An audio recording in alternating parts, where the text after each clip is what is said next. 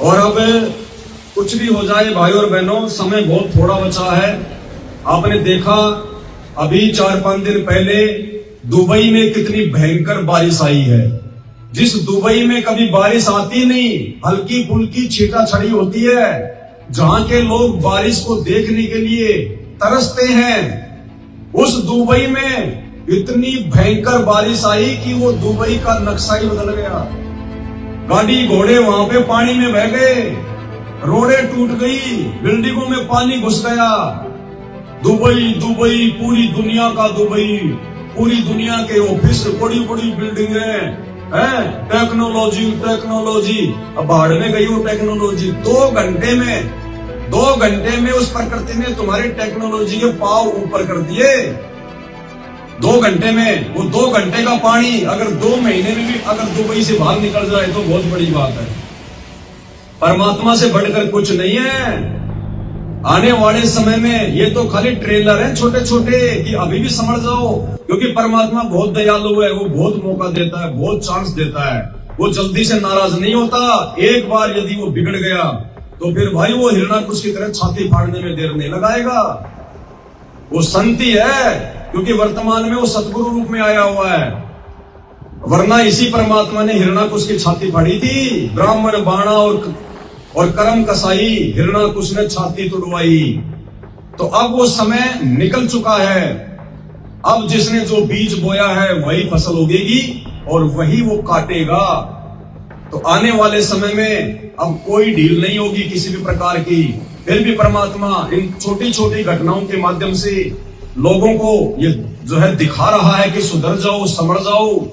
परमपिता परमेश्वर सतगुरु रामपाल जी धरती पर आए हुए हैं। उनके ज्ञान को समझकर उनसे उपदेश ले लो, उनके शरण में आ जाओ। वरना आज तो दुबई के पैर ऊपर हुए, कल को पूरी दुनिया के पैर ऊपर होंगे। पहले हम लोग छोटे छोटे थे हम पहले तो गांव में क्या ना, उस समय ये बड़े बूढ़ों को जो है पढ़ाया जाता था, साक्षरता अभियान चलता था। जो 50-60 साल से ऊपर थे, जो बुजुर्ग थे, उनको जो है वो पढ़ाया जाता था। अब वो पढ़ाई भी इस परमात्मा की दया से थी, क्योंकि परमात्मा ने सबको जो है वो शिक्षित करना था। तो साक्षरता अभियान चलता था। शाम को खाना वाना खाने के बाद 1-2 घंटे सभी बड़े बूढ़ों को गांव में जो भी कोई धर्मशाला होती थी या किसी का कोई बड़ा सा मकान होता था, वहां पे उनको इकट्ठा कर देते थे। और एक आदमी जो है वो ब्लैक बोर्ड पे चौक लेकर उनको समझाया करता था, ABCD क ख ग घ। उनको नाम लिखना आ जाए, अपने साइन करने आ जाए। तो ऐसे ही उसने देखा कि ये तो समझ नहीं रहे। बार बार समझा रहा हूं, A for Apple, B for ball, लेकिन इनके समझ में नहीं आ रहा। तो किसी ने कहा कि ये गांव के आदमी है, वो गांव के हिसाब से समझाओ। तो उसने समझाना शुरू किया। A फॉर अमर सिंह की बहू, B फॉर बलबीर की बहू है। तो उनके झटाझट समझ में आने लगी गांव वालों के। अब उसको कहीं जाना था, पूरा नहीं समझा पाया, खाली वो M तक समझा पाया। M फॉर मुकेश की बहू, इसकी M फॉर मांगीलाल की बहू, मुकेश की नहीं, मांगीलाल की। उसके बाद उसको जाना था, बोले जी अब मैं जा रहा हूं, बोले बाद में पढ़ाएंगे बाप को। वो चला गया। अब उन्होंने तो A से लेकर M तक पूरा याद कर लिया। A फॉर अमर सिंह की बहू और M फॉर मांगीलाल की बहू। अब दूसरे दिन उनका दुर्भाग्य, उनको चेक करने वाला आ गया कि भाई देखे कहां तक इन्होंने पढ़ाई करी है। अब वो तो भाई अगर कोई एग्जाम लेगा तो बीच बीच में से पूछेगा। अब उसने क्या किया, उसने लिख दिया ब्लैक बोर्ड पे W। भाई M तो जो है बल्कि नीचे होता है, W ऊपर होता है। तो उसने लिख दिया W। अब बेचारों को W तक उनको किसी को पढ़ाया नहीं। बोला ये क्या है? तो सभी दिमाग लगाने लगे। एक खड़ा हुआ बीच में से, बोला जी लग तो बोले मांगीलाल की बहू रही है, लेकिन आज इसके पैर ऊपर कैसे हो गए? क्योंकि M के पैर तो नीचे होते हैं और W के पैर ऊपर होते हैं। तो उसने कहा कि जी लग तो बोले मांगीराम की बहू रही है, लेकिन आज इसके पैर ऊपर कैसे हो गए? तो भाई और बहन, कहने का मतलब आज तो दुबई के पैर ऊपर हुए हैं, कल को पूरी दुनिया देखेगी जब दुनिया के पैर ऊपर को होंगे। तो अभी समय है, परमात्मा धरती पर है। आ जाओ उनके शरण में। YouTube पर सर्च करो, सृष्टि रचना संत रामपाल जी भगवान, सत्संग संत रामपाल जी भगवान। समझ जाओ, सुधर जाओ। आने वाले समय में ये सुविधाएं नहीं होंगी, बाद में रोओगे इंसान इंसान को सहारा नहीं दे पाएगा। तुम्हारे रिश्तेदार, तुम्हारा पैसा, धन दौलत, यार दोस्त, मकान, ये कुछ भी तुम्हारे काम नहीं आएंगे। जैसे आज दुबई में क्या हाल हो रहा है, अब 2 साल पीछे चला गया वो दुबई, 2 साल पीछे। टेक्नोलॉजी टेक्नोलॉजी, विज्ञान विज्ञान, अब निकाल दो ना विज्ञान पानी देके 2 दिन में, उसने तो 2 घंटे में तुम्हारी पूरी दुबई को डुबो दिया है। तुम्हारी लाखों करोड़ों की गाड़ियां माचिस की डिब्बियों की तरह समुद्र में बह गई।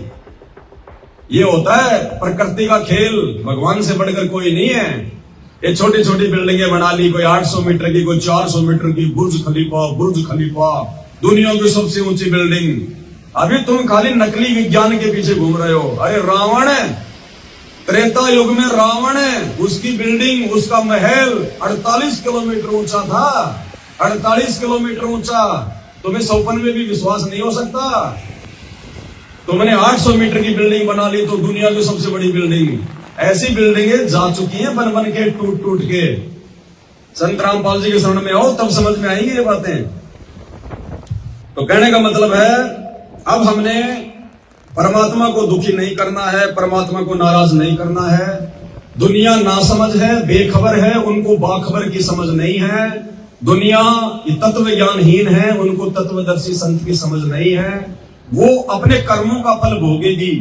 लेकिन हम भगत जानबूझकर अपने पैर पर ये कुल्हाड़ी क्यों मारे? हमें तो भगवान मिल गया, समझ आ गई, जानकारी मिल गई, पहचान हो गई, सही भक्ति मिल गई। इसलिए अब हमने बिल्कुल भी गफलत नहीं करनी है। तो एक बार हम सभी भगत भाई बहन रिपीट करेंगे कि सतगुरु रामपाल जी भगवान के मुख्य मुख्य नियम क्या है, जिनको हमने आजीवन अंतिम श्वास तक फॉलो करना है। और इनको फॉलो किए बिना यदि हम अपने घर परिवार रिश्तेदार समाज को ही प्रसन्न करने में लगे रहे और यदि ये परमात्मा रूठ गया तो भाई इस काल नगर में, इस काल लोक में समय आने पर, मुसीबतें आने पर हमारा कोई भी सहायक नहीं होगा। अरे वर्तमान में सहायक नहीं है कोई, आने वाले समय में तो सहायता कौन करेगा भगवान के अलावा। और भगवान कोई बेटा बेटी देख के, रिश्तेदार देख के सहायता नहीं करता। भगवान तो भक्ति देखेगा, मर्यादा देखेगा।